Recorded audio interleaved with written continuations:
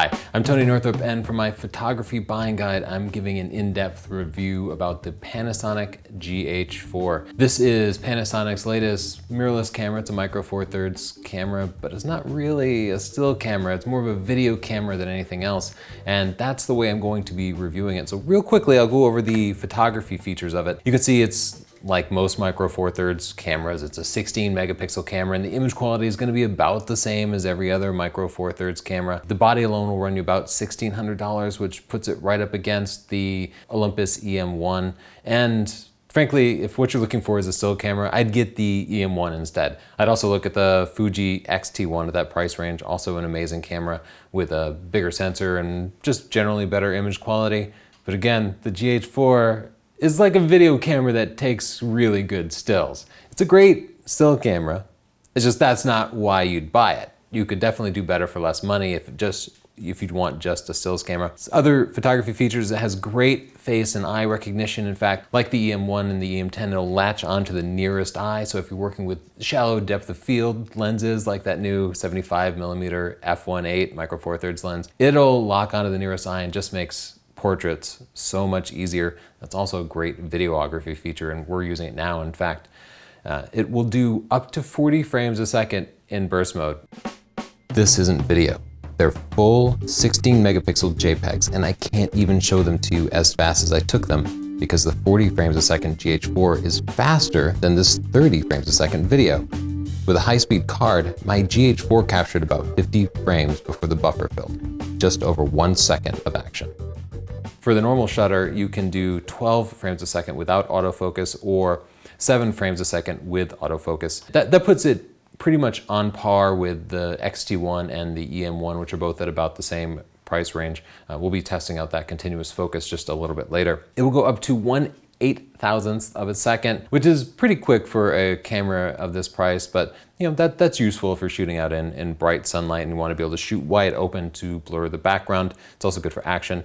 It has both Wi-Fi and NFC, which are becoming pretty standard for this type of camera nowadays. That means you can connect it to your wireless network. I've hooked it up to my iPhone, and you can view remote control. You can view the live view in real time and take pictures and change settings and then offload pictures as you go. Works like Wi-Fi does for most cameras. It also has a silent mode, uses that electronic shutter to make it make absolutely no noise when it takes pictures. When you turn on silent mode, it will shut off the infrared focus assist thing. Anyway, it makes it a very good subtle camera, and I really don't have another stills camera that is completely silent. It's that rather unique electronic shutter that makes it possible. Another interesting feature is the flash sync of 1/250th of a second, pretty standard, and it has focus peaking built in, and that's something we don't have really in the DSLR world, but focus peaking has become common in the mirrorless world. It just highlights, whether you're looking through the electronic viewfinder or on the live view, it highlights what's currently in focus and helps you manually focus. Phew. Photography features aside, let's move on to the more interesting stuff, the video features. First up, 4K, that's why you're here, right? This is a $1,600 camera that does 4K. And a little later on, I'll cover the other cameras that do 4K, but for the most part, you're spending several $1,000s to get a capable 4K camera that supports interchangeable lenses. And the GH4 can do it. In our testing so far, it is fantastic. It really is. It seems to be beating every other camera that we're throwing against it, including the Canon 5D Mark III.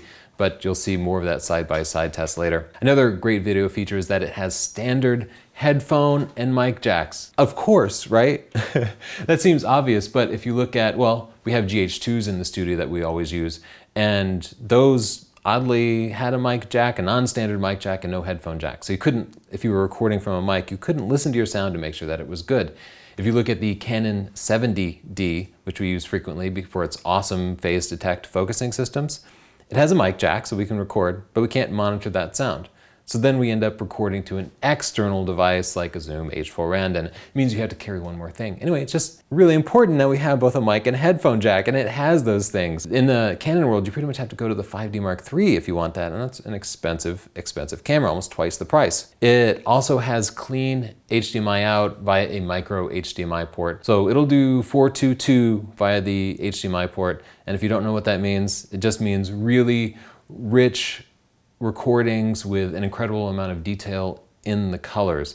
The This refers to basically the first number, the 4, is a measurement of the amount of detail in the brightness levels.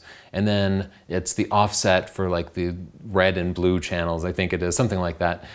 Anyway, you want those numbers to be higher, and 422 is generally considered production quality and is really good. It can do that in either 10-bit or 8-bit. But when you're recording to the memory card inside of it, it records to 420, 4K 8-bit. Still good. And you'll see plenty of examples later, but it's not 422. So you'll be able to add an external recorder later that should capture all that rich detail. And we're still kind of waiting for the first of the portable recorders to come out, like the Atomos devices that'll be out soon. It offers smooth, continuous focus while recording using a feature that Panasonic calls depth from defocus, or DFD, and we'll demonstrate this later, but what it should do is allow you to track moving subjects and keep them mostly in focus. And in our early testing, it seems to work pretty well and substantially better than that of the GH2 and GH3, the previous generation cameras. Wait. After we reviewed this video, we saw many examples of the camera drifting in and out of focus while recording in AFS mode. You'll continue to see these as you watch. This is a problem that also plagues the GH2, GH3, and 70D and makes autofocus while recording useless for professional purposes. So it looks like we'll still be using manual focus mode. As I mentioned, for photography, it supports focus peaking, and in our testing, we found that to be tremendously useful. We did use some adapted lenses with it, and it seemed quite accurate and narrower than I've seen on other cameras, which allows you to get a little more precise. It also supports zebras. Zebras outline overexposed areas in a picture or in the video, allowing you to kind of carefully monitor your exposure, and it's not something that everybody needs, but it's a common feature in production level video cameras, and so a lot of people who are moving down to the GH2, 3, 4s have been asking for that feature, and Panasonic listened and gave us zebras. I'm glad, thank you. It also supports time-lapse and stop-motion animation, which basically takes still photos and turn them into a video in a little bit easier way. It's something you can do manually anyway, but it's a nice to have. The electronic viewfinder has 2.3 megapixels, and it's beautiful. This puts it on par with the Olympus EM1 and the Fujifilm X-T1, which are basically the best of breed electronic viewfinders. I have noticed a little bit more of a lag than I saw in either one of those cameras, especially the X-T1, which has almost no lag. But the detail itself is great, and as you're recording, you really do need those megapixels to make sure that you get everything perfectly in focus. Lastly, it supports 96 frames a second slow motion at 1080p. And that's actually really fast. None of my DSLRs will go above 60 frames a second at 1080p. So that 96 will allow you to capture action and slow it down and play it back in slow motion. That's basically 4:1 slow motion. So you could show 4 frames for every 1 frame of standard cinematic 24 frames a second. What we see of this diagram is an illustration of the camera's sensor and how it captures the different video formats that it's capable of capturing. So this yellow outside border here is for still photos. This is the entire Micro Four Thirds sensor in yellow there, and that's what it captures when you take a picture. If you record 1080p in standard mode, then it cuts off the top and bottom, just crops it to 16:9. Now, when you record 4K standard video, you use this purple box here, and you can see the whole thing is cropped in. It's cropped in at 1.3x compared to the standard Micro Four Thirds sensor. Micro Four Thirds has a standard 2x crop compared to 35mm full frame. So in other words, your wide angle lenses won't be quite as wide angle when you're shooting, and if you're adapting lenses already from a larger format, you're gonna lose even more of that detail. Now, one thing you can do is get a Metabones speed booster designed specifically for Micro Four Thirds and put it on there, and it will recover some of that lost information. It's like a reverse teleconverter, basically. So if you're worried about that 1.3x conversion factor, you might look into that extra hardware. If you go out to the cinema 4K video, the resolution's a little bit higher. This is the aspect ratio that they use for movies more. You can see it records at 4096 by 2160 with a 1.24x crop factor. 4K video is 3860 by 2160. Now, the cinema 4K video only records at 24 frames a second. That's standard for films. The regular 4K video, which is cropped in on the sides. It's regular 16:9, does record at 30 frames a second, which is standard for US video. In the center here, one more box. This is 1080p ETC video. ETC is a really cool feature that Panasonic has had in their cameras for a while. It's the electronic teleconverter. And basically it takes a 1-to-1 mapping of pixels from the center of the sensor. This gives you a huge crop, a 2.4x crop compared to the normal sensor, and it gives you a little bit sharper of a reading if you're using nice, sharp prime lenses. If you're using soft zoom lenses, then you're not going to see a lot of sharpness out of it because it's just cropping the very center part of the frame, but it's a cool feature, especially for things like wildlife. Now, you can't use the electronic teleconverter with the 4K video because the 4K video is already cropped to 1 pixel to 1 pixel. So in other words, there's no what they call pixel binning at the 4K. It's not taking data from multiple pixels and combining them like, say, a 5D Mark III or most DSLRs will. It's a literal 1-to-1 mapping, and that's the best way to get really sharp video. Now, we're filming this with both a GH4 and with our standard GH2. The GH2, of course, is at 1080p and the GH4 is at 4K. We've left the continuous autofocus on the GH4 so you can kind of see how it tracks me. So you might see some strangeness with the focusing. Just consider it to be part of the test. Usually when we're in the studio, we'll manually focus and then lock it down because we don't like to leave that kind of thing up to the camera. But I do want to give you an idea of how it's working. Also, we're recording the audio directly into the GH4 instead of into an external audio recorder. I'm wearing a Sennheiser EW100 G3 mic, a wireless lab mic, and that's plugged right into the GH4. No adapters necessary, thankfully. And we're not going to do any processing on the audio. Usually we'll cut the noise and stuff, but so any noise that you hear is probably being introduced by my mic. It's not perfect, but it's not bad. So to quickly go over the recording modes, and I mentioned these before, at 4096 you can do 24p only. You can't do 30p at cinematic 4K. At standard TV 4K 16:9 you can do 30p or 24p, and the bitrate here is 100 megabits a second, which is not especially high. In my testing, I found that it actually records at about 75 megabits a second if you want to plan for how much storage you're going to be needing. If you record at 1080p, you can record this using the variable frame rate feature, which is terribly confusing to select. I'll show you that later. You can record all the way from 96p down to 2p. But the standard rates are 60p, 60i, 30p, 24p. They also offer some lower resolutions, 1280 by 720 and 640 by 480, and there's no special reason that you'd ever want to use those, but they're there.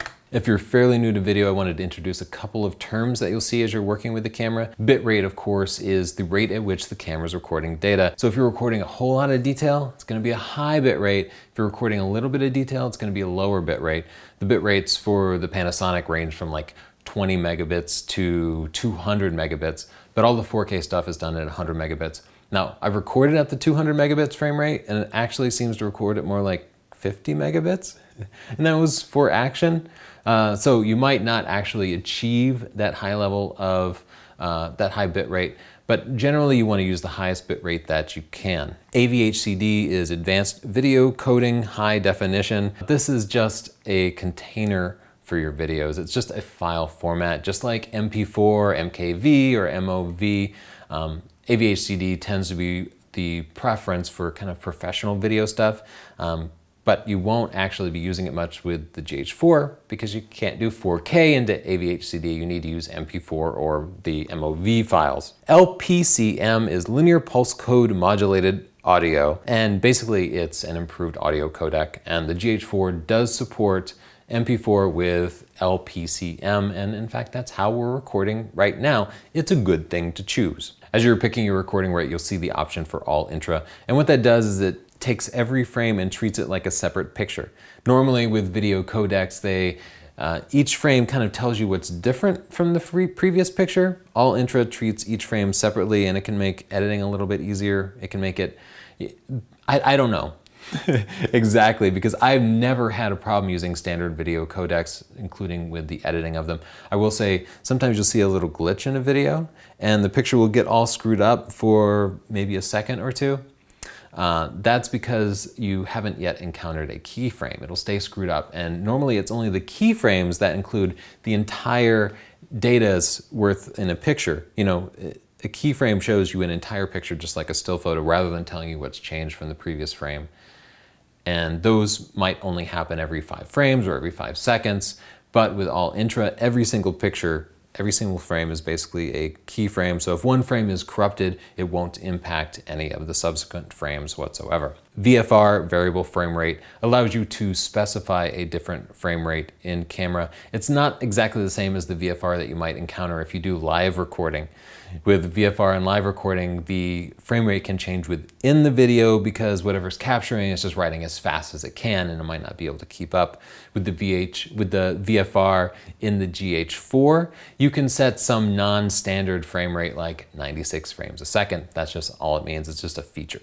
Now, let's get to the good stuff. Let's go outside and see how the GH4 compared to the king of all video cameras, at least DSLR video cameras, the 5D Mark III.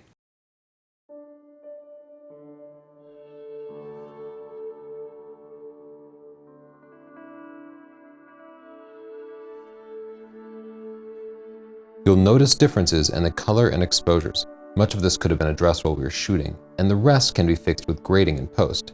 It's difficult to create a perfect comparison of the two cameras because they have different lenses, sensor sizes, and resolution. The results are clear, however.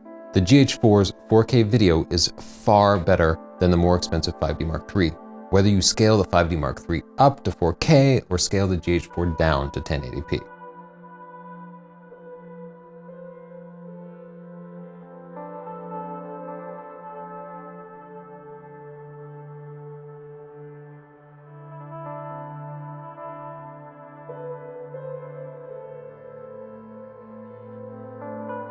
The GH4's tilt and touchscreen makes it much easier to get unusual angles and to quickly focus. The electronic viewfinder lets you record video with the camera to your eye, blocking out light and distractions.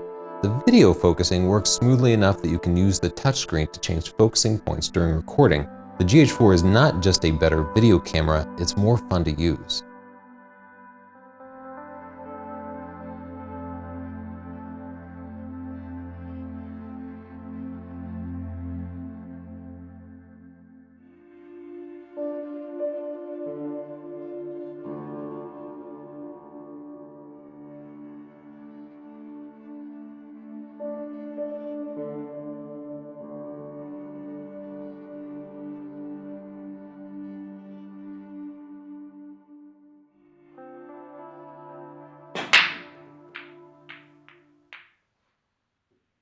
Back at home, we tested the GH4 and 5D Mark III in low light at ISOs 6400, 12800, and 25600. We pushed the GH4's max ISO 6400 in post for comparison against the higher ISOs. The 5D Mark III's bigger sensor made it the clear winner at all higher ISOs despite being less sharp.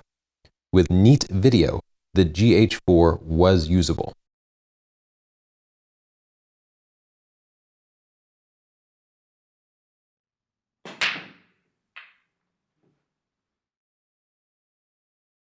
Now let's see how that new GH4 compares to our current favorite on-the-go camera, the Canon 70D, and its awesome phase detect focusing system. Big budget movies will have focus pullers, a dedicated person that just looks at the focus and manually adjusts it to track moving subjects. But we don't all have that kind of budget, and it's going to be really helpful if your camera can actually track motion. So we're using face detect on both the 70D and the GH4 to see how it tracks a moving subject getting closer and closer. Both cameras did okay, though the GH4 is so much sharper than the 70D that it actually makes the 70D look out of focus. Face detect worked better than focus tracking on the GH4. It did occasionally lose focus, but face detect regained it quickly enough that you could use it for amateur video. Now let's see how the GH4 compares to the GH2, which we use on a regular basis in the studio. Notice that we kind of skipped over the GH3. The reason is we never found a compelling reason to upgrade. We were always happy with our GH2s.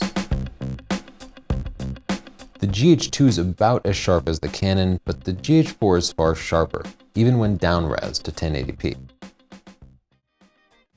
Now let's take a look at some videos created with common Panasonic and Olympus Micro Four Thirds lenses so you can see how they compare. The 4K does put a lot more pressure on the sharpness of a lens, and not every lens is going to hold up to 4K quality. Good news, the cheapest lenses still looked great with 4K.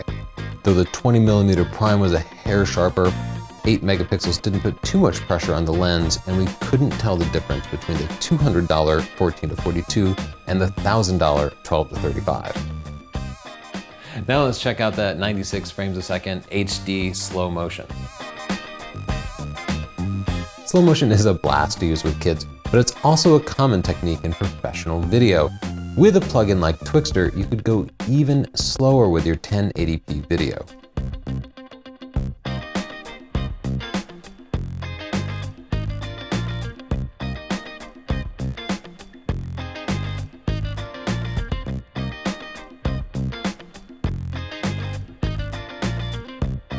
Now let's talk about rolling shutter.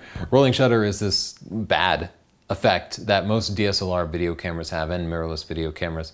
And basically what it means is that if you're filming something moving or the camera's moving and it's straight, what will happen is it will look like it's leaning. It'll kind of lean into the action. And this happens because the camera is reading from the bottom of the sensor to the top of the sensors within a single frame. So as my hand is moving here, we'll just freeze time for a second and the camera will read the bottom line here, but then my hand keeps moving and it reads this line, and my hand keeps moving, it reads this line, my hand keeps moving, it reads this line. So if you freeze a frame, what ends up happening is it looks like this. A straight line that's moving becomes an angled line. And you'll see it sometimes in movies, especially in action sequences. Higher end video cameras, like the Red cameras, $20,000, $50,000, will have global shutters that don't have this effect. But if you're in the $1,000 to $2,000 range, you're pretty much gonna have to deal with rolling shutter. Now, the GH4 has a processor that's 50% faster than the GH3. That lets it read that data in quicker. So in 1080p video, it should be better. And in fact, our test showed that it was better. But once you get into 4K video, there's so much more data that even that faster processor can't keep up, and we found that 4K rolling shutter is actually worse. So let's take a look at a couple of examples.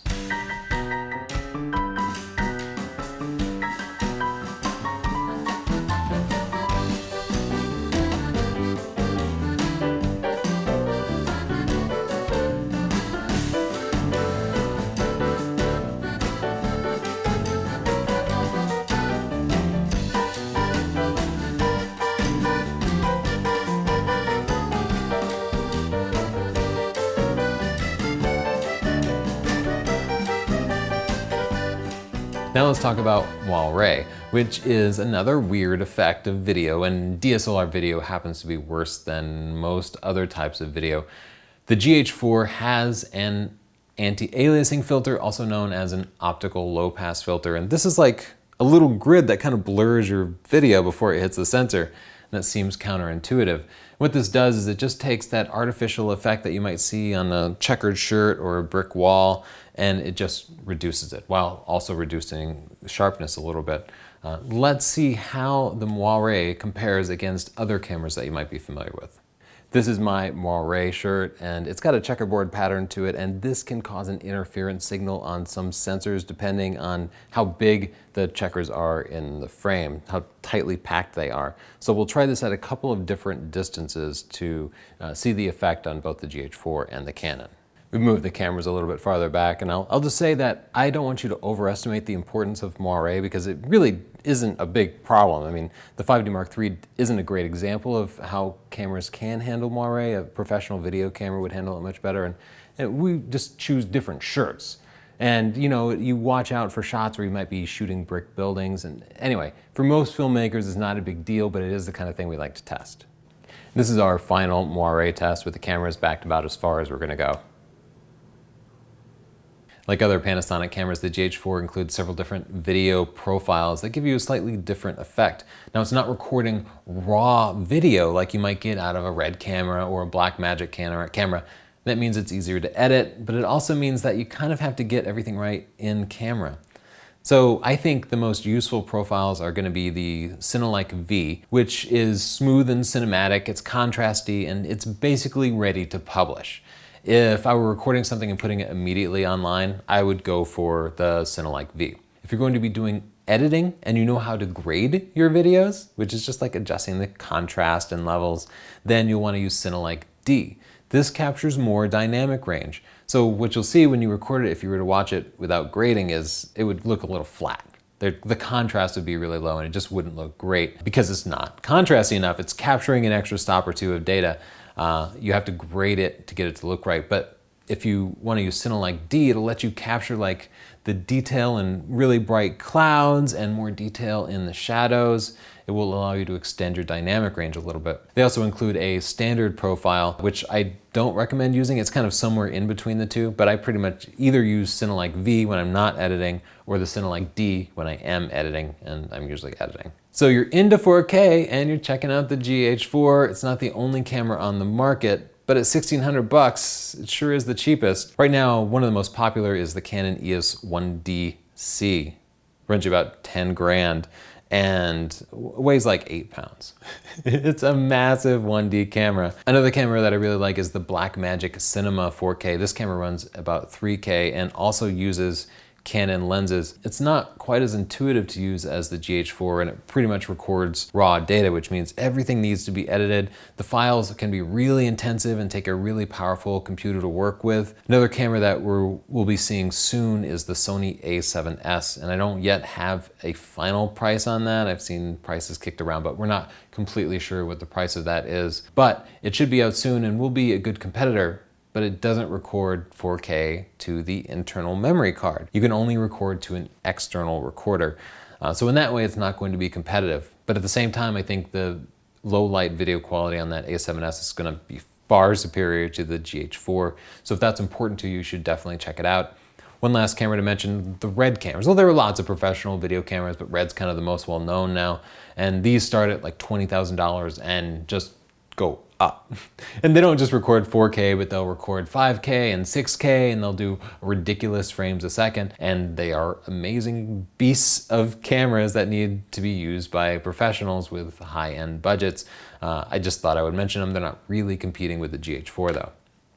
Now, if you're looking at camcorders, if you just want a video camera and you don't care about interchangeable lenses, I would look at one of these Sonys. The FDR AX100 is only about 2 grand. That's this model here, and it's easily hand-holdable. It's actually an easier form factor to use than I think the DSLR form factor of the GH4. A step up from that is the AX1. This is this big guy here. It's about $4,500, and that's more like what they call an ENG camera, an electronic news gathering camera. That's what you see the guys with the camera on their shoulder walking around. That's what that is. And it's a bigger, heavier camera, and it's very serious. And it's also 3 times the price of the GH4, but it includes a lens. I'm also gonna mention the JVC here, the HMQ-10U. The names really roll off the tongue, don't they? For about 5K, it's another ENG camera, but it does 4K. And it's quite portable, quite serious also. You could probably get away with the AX100 in a public place, but if you use one of the ENG cameras, find you don't have any discretion. We like to do a lot of our recording in public places kind of on the down low, and something like the GH4 is perfect for that because people, actually they just think you're taking still photos, especially if you hold it up to your eye. They think you're taking pictures of your friends when you're actually out recording video. You're not gonna get away with that if you're using an ENG camera. They're gonna stop and look at you. That's what they'll do. And pretty soon you'll end up with 4 or 5 people and they just feel like they can watch whatever you're doing. So even though these might have better quality than the GH4, they're probably more functional. For me and the type of discrete work that we do in public places, I think the GH4 is definitely the way to go. I also want to mention the YAGH adapter. If you're going to be using the GH4 in studio, this is something to consider. It costs more than the camera itself at about $2,200. What it does is it gives you some XLR and SDI outputs so that you can hook it up to studio recording equipment. So here we see 4 SDI outs. You could hook it up to a TV switcher if you wanted to. A couple of XLR outs for audio. You can see it needs to be plugged in, so it's not going to be a solution for on-the-go style recording. You can also hook up timing so that you can synchronize it better with other cameras. If you're working in a studio, you probably already know that you need this and you probably have a budget for it. If you don't know what all this means, then you don't need this. Most of us don't ever need it. This is just the back of that device, and you can see it allows you to control the recording levels for 2 separate channels. So you could potentially be doing documentary work and recording 2 people with separate lab mics, and you could record the audio levels right here and get everything in camera. How nice is that? This is a shot of the GH4 attached to that big heavy monster. You can see LEDs down there to show you what the current levels are. So I'm sure I'll have more tips as we continue to use the camera, and stay tuned because we'll make another really detailed how-to video about the GH4. But for now, I wanted to share some of the things I've learned in my experience so far. The first is, if you're gonna be using manual lenses, enable focus peaking. It just works fantastically. It's terribly useful. That includes all those adapted lenses that don't support autofocus. I also want to say, use the viewfinder, because the viewfinder is much higher resolution and it helps to block out light, so it's just easier to read. Now, I do like the flip out screen, and I'll often hold it down low or up high when I need to get that angle, but the viewfinder is great and you should make use of it. I'm also going to say, you want to do everything you can to get it right in camera, because you're not recording raw video. So if you've worked with Blackmagic cameras before, it's not going to quite be that experience. You want to get the white balance right. You can adjust the highlights and shadows in the camera, and I suggest you do that. I'm also going to say, turn that sharpness all the way down, especially if you're going to be doing editing, because I found that it over sharpens everything. And when you look at the 4K video on a 1-to-1 basis, you'll just see halos around everything. The sharpening is just cranked up way too high. I'd rather turn it off in camera and then raise it later as I'm editing. For editing, I like to use the Cinelike V that I mentioned before, because you can grade it later anyway. I connected the GH4's micro HDMI out to the TV so that we can see the menus and such easier. But first, let me just take a selfie. Okay, so I'll go over the main controls. Of course, the mode dial up here has a locking button, which is nice. So you'll see traditional controls, just like on a DSLR, program, aperture, shutter priority mode, manual mode, and custom function buttons, which are nice. Canon has these too. They allow you to just customize a whole bunch of different settings and then easily recall those settings. But you know where we're going to be spending all our time, right? In this little movie camera thing. This is the only mode that allows you to record 4K. I have no idea why they do this. You can put it in aperture or shutter priority and then record 1080p or a bunch of other modes. But if you want to record 4K, you have to go to this one mode. Makes absolutely no sense, but all these Panasonics, they always have just like ridiculous user interface choices. I'll try to help you out with some of those. Of course, the shutter button is in a pretty traditional place up here. This is your main dial. So if you're in aperture priority mode, this controls your aperture, and this is your secondary dial. So generally, it controls your exposure compensation, though by default, I think it also does exactly the same thing as a main dial. If you're a Nikon user, you might just be more comfortable having that. But you can go into the menus and make them primary and secondary dials. You'll see just a host of buttons that you're probably completely comfortable with, like white balance and ISO and exposure compensation, just like on the Nikons. On the front here, you can see that we have a flash sync port, because this pretends to also be a photography camera. It's a decent photography camera, and you can use that if you have really old studio lights with a PC sync cable. You could trigger it with that. It doesn't seem like a useful feature to me, but it's there. On the side, of course, we have a headphone jack, a USB jack, and the HDMI cable that I'm currently using. And then over on this side is the remote jack. Oh, you know what? I forgot the mic jack. Oh, the mic jack is hidden up here by the camera strap. I don't know why they decided to put it under a separate little rubber gasket, but they did. If you're like me and you use these in a studio, you'll probably end up pulling these things out completely so they're not pressing against your cables. It's a nice, fun thing to do. And on the back, the controls look just like a DSLR's. This is a touchscreen and flips out, turns upside down, which is really nice. Great for selfies. I find that this dial here is mostly useful for controlling the size of the focus point. So as I select the focusing point there, I can use it to make the focusing point bigger or smaller. Generally, bigger focusing points work quicker. Smaller focusing points are more precise. Over here in the AE lock button, you can select the focusing mode. It's kind of an unusual place to put it, but here you select manual focus, continuous autofocus, or single autofocus. In the menu system itself, you can switch between AFS and AFF. AFS is single autofocus, and that's what I would recommend using. AFS is their kind of intelligent autofocus, where it will decide whether it wants to change the focus point or not based on whether it detects a subject moving, but I don't like to leave that kind of decision to the camera, so I put it in AFS mode. Of course, AFS is the right choice for most things, and if you're tracking a moving subject, then you'll want to switch to AFC.